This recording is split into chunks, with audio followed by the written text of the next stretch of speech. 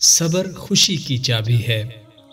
تم سائے کو متبادل جسم سمجھ لیتے ہو، صرف دل سے ہی تم آسمان کو چھو سکتے ہو۔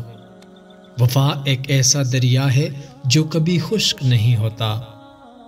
ایسے دیکھو جیسے تم ہو، یا ایسے رہو جیسے تم دکھتے ہو۔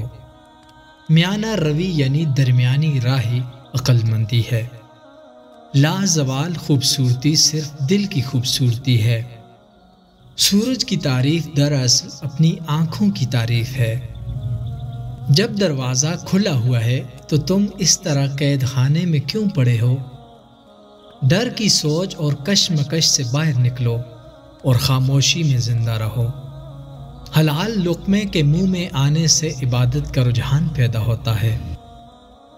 اپنی ہوشیاری بیچ ڈالو اور کم فہمی خرید لو۔ ہستی کا آئینہ فنا ہے، فنا اختیار کر تاکہ تو ہستی کو دیکھ لے۔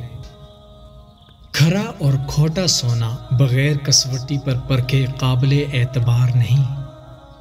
دشمن ہمیشہ دماغ کے منتخب کرو اور دوست ہمیشہ کردار کے۔ جب خدا ہماری مدد کرنا چاہتا ہے تو ہمیں انکساری کی طرف مائل کر دیتا ہے۔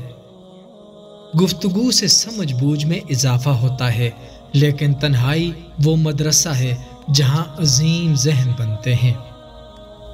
اگر تمہاری انا تمہاری رہنما ہے تو پھر مدد کے لیے قسمت کی طرف مت دیکھو۔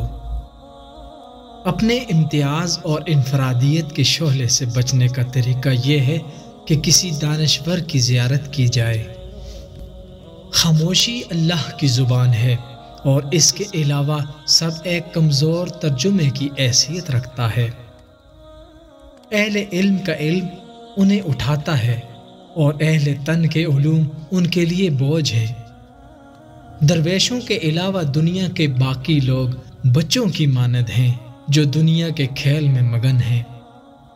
اچھا بولنے کے لیے پہلے اچھا سننا ضروری ہے۔ ایک انسان کو پہلے سننا چاہیے اور اسی سے بولنے کا فن سیکھنا چاہیے۔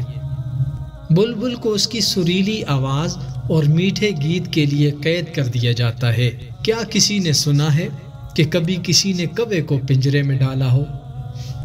اگر تو غرور کو اپنے سر سے نہیں نکالے گا تو بعد میں آنے والے لوگ تیرے حال سے عبرت حاصل کریں گے۔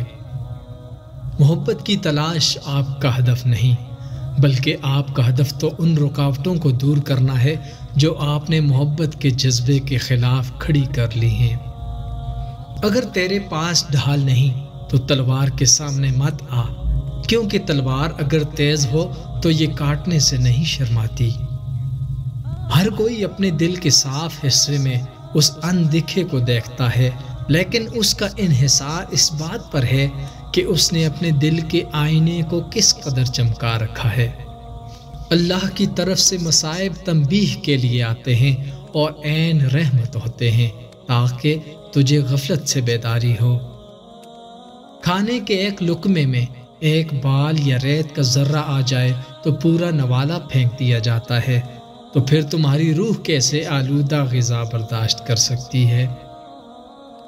میں نے تمام دن اس بات پر غور کیا، رات کو اس پر گفتگو کی کہ میں کہاں سے آیا ہوں اور میری تخلیق کا مقصد کیا ہے۔ مجھے کوئی نقطہ نہ سوجا۔